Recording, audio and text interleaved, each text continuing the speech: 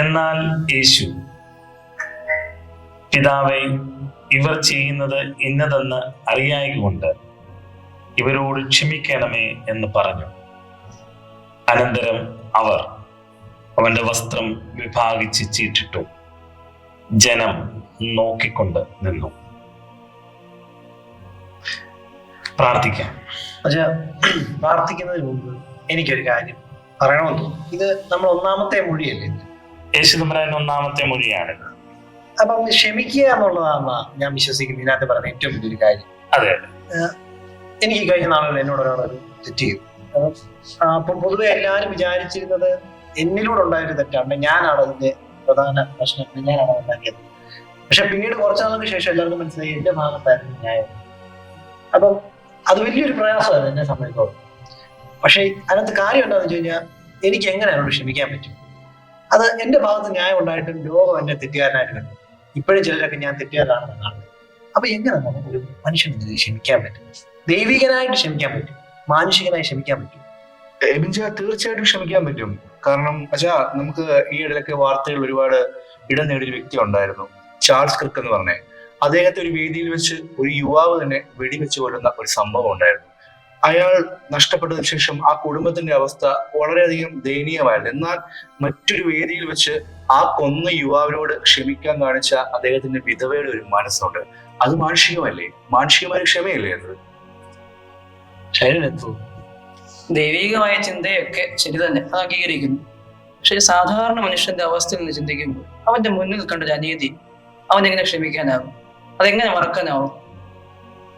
എന്നാൽ മനുഷ്യനായതുകൊണ്ട് തന്നെ ദൈവികതയെ ചേർത്ത് പിടിച്ചുകൊണ്ട് നമ്മുടെ ഇടയിൽ തന്നെ ഉണ്ടല്ലോ. വേറൊരു രാജ്യത്ത് നിന്ന് വന്നിട്ട് പട്ടിണി പാവങ്ങൾക്കിടയിൽ ഒരു മിഷണറിയായി പ്രവർത്തിച്ച ഗ്രഹാം സ്റ്റീൻസ്, അദ്ദേഹത്തിന്റെ പ്രവർത്തനം കൊണ്ട് ഒരാൾ കൊല്ലുകയാണ്. പക്ഷെ നമ്മൾ ഓർക്കേണ്ടത് ആ ദുഷ്ടന്മാരെക്കാളൊക്കെ ഉപരിയായിട്ട് അദ്ദേഹത്തിന്റെ പേരിൽ പലരുടെയും ഇടയിൽ ഉറച്ചു നിൽക്കുകയാണ്. പലരുടെയും ക്രിസ്തുവിലുള്ള സാക്ഷ്യത്തിന്റെ, വിശ്വാസത്തിന്റെ പ്രതീകമായിട്ട് അദ്ദേഹം ഇന്നും നിലനിൽക്കുകയാണ്. ശരിയല്ലേ ചാ? നമ്മളിപ്പോൾ ആത്യന്തികമായി പറയുന്നത് ആർക്കാണ് ക്ഷമിക്കാൻ കഴിയുന്നത് എന്നുള്ളതാണ്. മനുഷ്യൻ ക്ഷമിക്കേണ്ടവരാണ്. നമ്മൾ ഓർത്തു നോക്കുക, നമ്മുടെ അമ്മ നമ്മൾ ചെയ്ത തെറ്റുകൾ ക്ഷമിച്ചിട്ടില്ല. നമ്മുടെ സഹോദരങ്ങൾ പലരും നമ്മുടെ ചെറുപ്പകാലത്ത് അവരെ മുറിവേൽപ്പിച്ചെങ്കിലും നമ്മളോട് ക്ഷമിച്ചിട്ടില്ല. അതെവിടുന്ന എങ്ങനെ അനുഭവപ്പെട്ടത്? അതെന്നോട് സ്നേഹമുള്ളതുകൊണ്ടായിരിക്കും. സ്നേഹമുള്ളതുകൊണ്ട്. അപ്പൊ ക്ഷമ സ്നേഹത്തെ ആശ്രയിച്ചാണ്. ഇവിടെ യേശുവിനെ ആണികളിൽ തൂക്കിയിടുമ്പോൾ യേശു പറയാണ് ഇവരോട് ക്ഷമിക്കണം. എന്തുകൊണ്ടാണ്? യേശു സ്നേഹമാണ്. നോമ്പുകാലത്ത് സ്നേഹമാകുമ്പോൾ ക്ഷമിക്കാൻ കഴിയും. നമ്മളോട് ദൈവം ക്ഷമിച്ചിരിക്കുന്നു. ആകാശം ഭൂമിയോട് എത്രമാത്രം അകന്നിരിക്കുന്നുവോ, എത്രമാത്രം അകലമുണ്ടോ, അത്രമാത്രം ദൈവത്തിന്റെ ക്ഷമ നമ്മളോട് വിശാലമാക്കിയിരിക്കുകയാണ്. നോമ്പുകാലം ക്ഷമയുടേതാകണം. അത് തിരിച്ചറിയാതെ നമ്മൾ പോകരുത്. എപ്പോഴും നമ്മളോട് ക്ഷമിച്ച ദൈവത്തെ തിരിച്ചറിയാൻ കഴിയണം. മനുഷ്യരോട് നാം ക്ഷമിക്കണം. അതുകൊണ്ട് ഇങ്ങനെ നമുക്ക് പാടാനായിട്ട് പറ്റും. സ്നേഹത്തെ എത്ര തള്ളി ഞാൻ ഈ മഹാ പാപത്തെ, ദൈവമേ ഓർക്കല്ലേ ഈ മഹാ പാപത്തെ, ദൈവമേ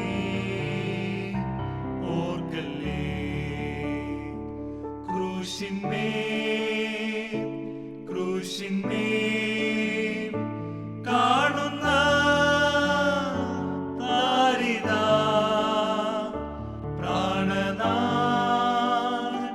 പ്രാണനാഥൻ എൻ പേർക്കായി ചാകുന്നു. പ്രാണനാഥൻ